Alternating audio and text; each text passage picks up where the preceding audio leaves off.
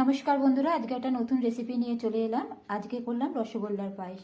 আমরা তো শীতকালে সাধারণত গুড়ের পায়েস খেয়েই থাকি, আর তার মধ্যে যদি গুড়ের রসগোল্লা দেওয়া হয় তার স্বাদ কিন্তু আরও ডবল হয়ে যায়।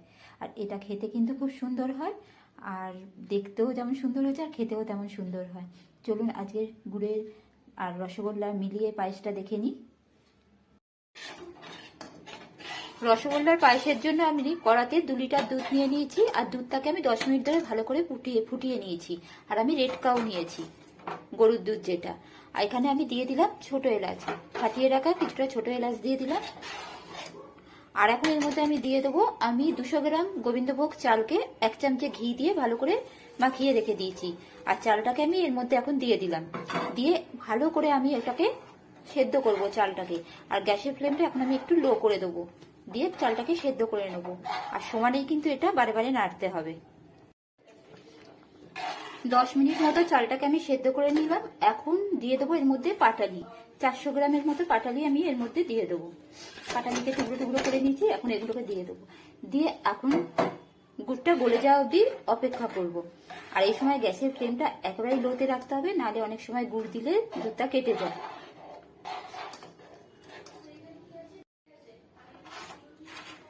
গুড়টা গলে গেছে, এখন আমি কাজু কিশমিশও দিয়ে দিলাম। দিয়ে আবার একটু ভালো করে নাড়িয়ে নেবো আর একটুখানি ফুটিয়ে নেব। এরপর আমি দেবো রসগোল্লা। আমি এখন দিয়ে দেবো রসগোল্লা। এগুলো কেনা রসগোল্লা, ঘরে তৈরি করেও দেওয়া যায়। আজকে আমি দেবো কেনা রসগোল্লা। এখন পায়েসটা আমার গুড় দেওয়ার পরও ভালো করে ফুটিয়ে নিয়েছি। এখন আমি এর মধ্যে দিয়ে দেবো যেটা আসল জিনিস, হচ্ছে রসগোল্লা।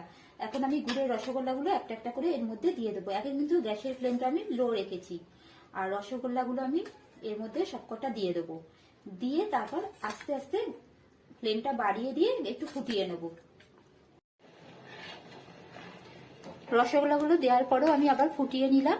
আর তৈরি হয়ে গেল আমার আজকে রসগোল্লার পায়েস। এটা কিন্তু খেতে দারুণ লাগে, এটা হচ্ছে অমৃত স্বাদের পায়েস। এটা সত্যিই খেতে দারুণ লাগে। এখন আমি একে চাপা দিয়ে রেখে দেবো, কিছুক্ষণ ঠান্ডা হওয়া অবধি অপেক্ষা করব। তারপর আমি পরিবেশন করব। ঠান্ডা হওয়ার পর পায়েসটা দেখুন আরও কত সুন্দর দেখতে হয়ে গেছে। পায়েসটা পুরো জমে গেছে, আর এত সুন্দর দেখতে হচ্ছে। আর এটা খেতেও কিন্তু খুব সুন্দর হয়।